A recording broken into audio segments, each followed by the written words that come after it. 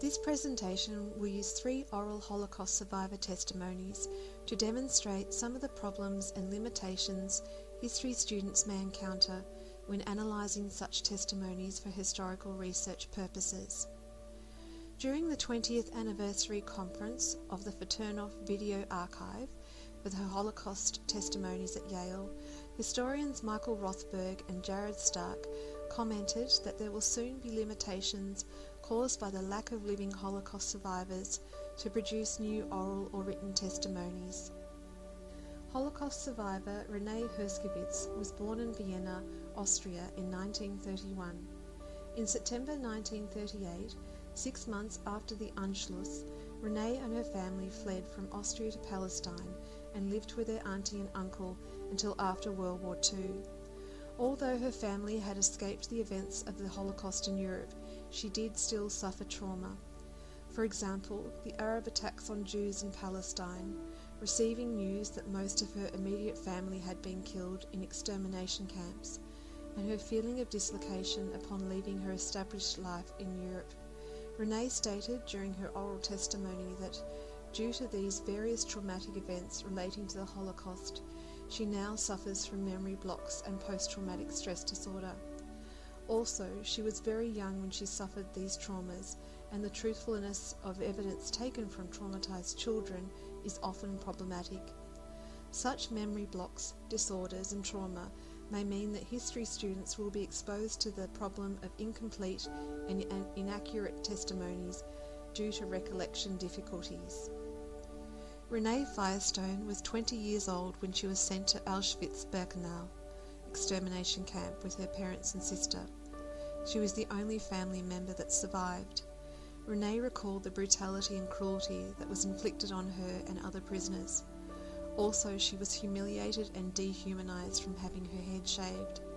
She described a particular traumatic event that she witnessed, which involved 3 women drenched in water by an SS guard and then left outside in the snow to freeze to death. Historian Lawrence Langer comments that listening to Holocaust survivor testimonies requires an extraordinary effort from the listener.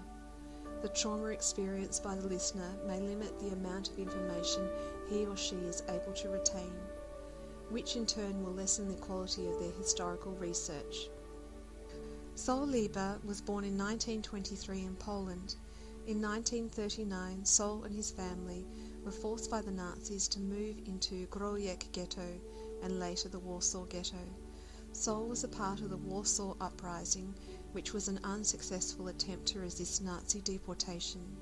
Lieber and his family were deported to Treblinka, where Sol was the only family member to escape the gas chambers. He was then transported over several years to other concentration camps, namely Majdanek and Buchenwald.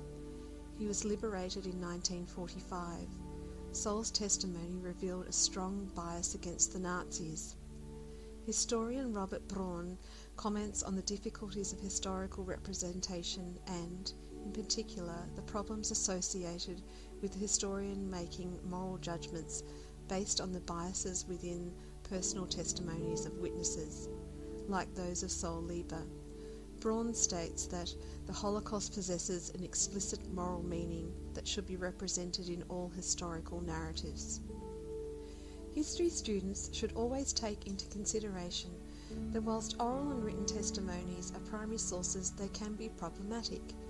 This is due to the incomplete memory of the witness giving the testimony, the bias of the witness, and the moral judgments of both the witness and the historian.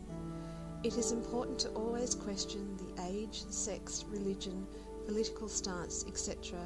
of the witness when, as a historian, you are making decisions on the historical content of that witness's testimony. Survivor testimonies may have problems and limitations, as discussed in this presentation.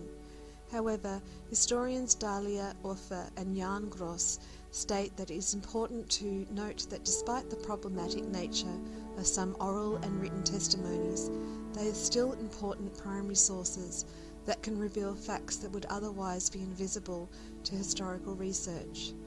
In concluding this presentation, I leave you to ponder the words of Holocaust survivor Eli Wiesel. created using Powtoon.